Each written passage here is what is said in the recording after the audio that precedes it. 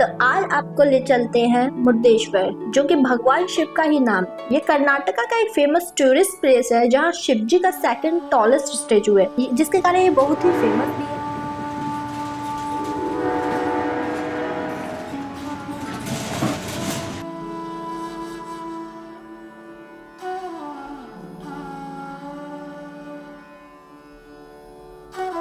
इसके पीछे की हिस्ट्री बहुत ही ज्यादा इंटरेस्टिंग है। यहाँ भगवान शिव के आत्मलिंग स्थापित है। कहते हैं अमरता पाने के लिए रावण जब शिव जी को खुश करने के बाद उनका आत्मलिंग अपने साथ जब लंका ले जा रहा था, तब कुछ कारणवश उसे आत्मलिंग धरती पर ही रखना पड़ा, जिससे वो वहीं स्थापित हो गई। गुस्से में रावण ने उसे नष्ट करने की कोशिश भी की, पर ऐसा वो नहीं कर पाया। कहते हैं जिस वस्त्र में आत्मलिंग ढका हुआ था, मृदेश्वर मीन मुर्देश्वर में जा गिरा। ये पूरी स्टोरी आपको शिव पुराण में भी मिलती है।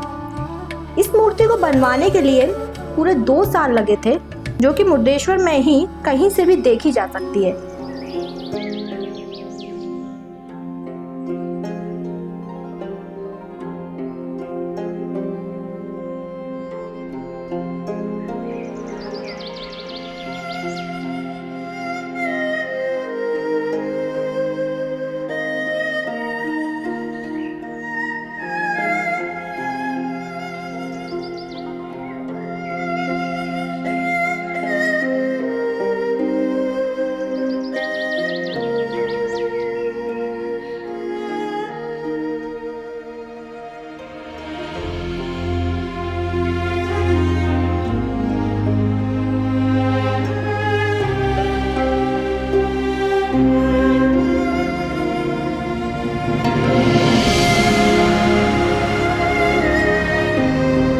होने का टाइम मॉर्निंग में 6 o'clock to 1 o'clock है, और इसके बाद आफ्टरनून में 3 o'clock to 6 o'clock है, एंड देन पूजा का टाइम है 6:30 to 7:30।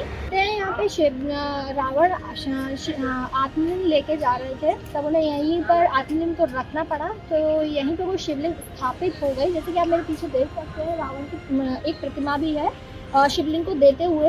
हम जस्ट शिव जी के स्टैचू के नीचे है। यहाँ पर एक मंदिर है, यहाँ पर एक केव भी है जो कि अभी कोविड की वजह से बंद हुई है, और पीछे से देख सकते हो बहुत अच्छी नंदी जी की एक स्टैचू भी है। ये बहुत ही सुंदर है। यहाँ से बीच का व्यू बहुत ज़्यादा अच्छा लगता है। इसके तीनों और बीच है।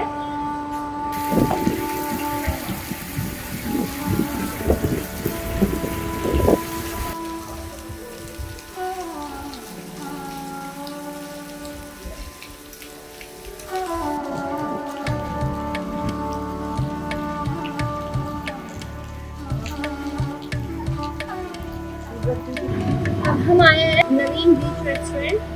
यहाँ पे हमने ऑर्डर किया है 2 मसाला डोसा, इडली और वड़ा। देखते हैं खाना।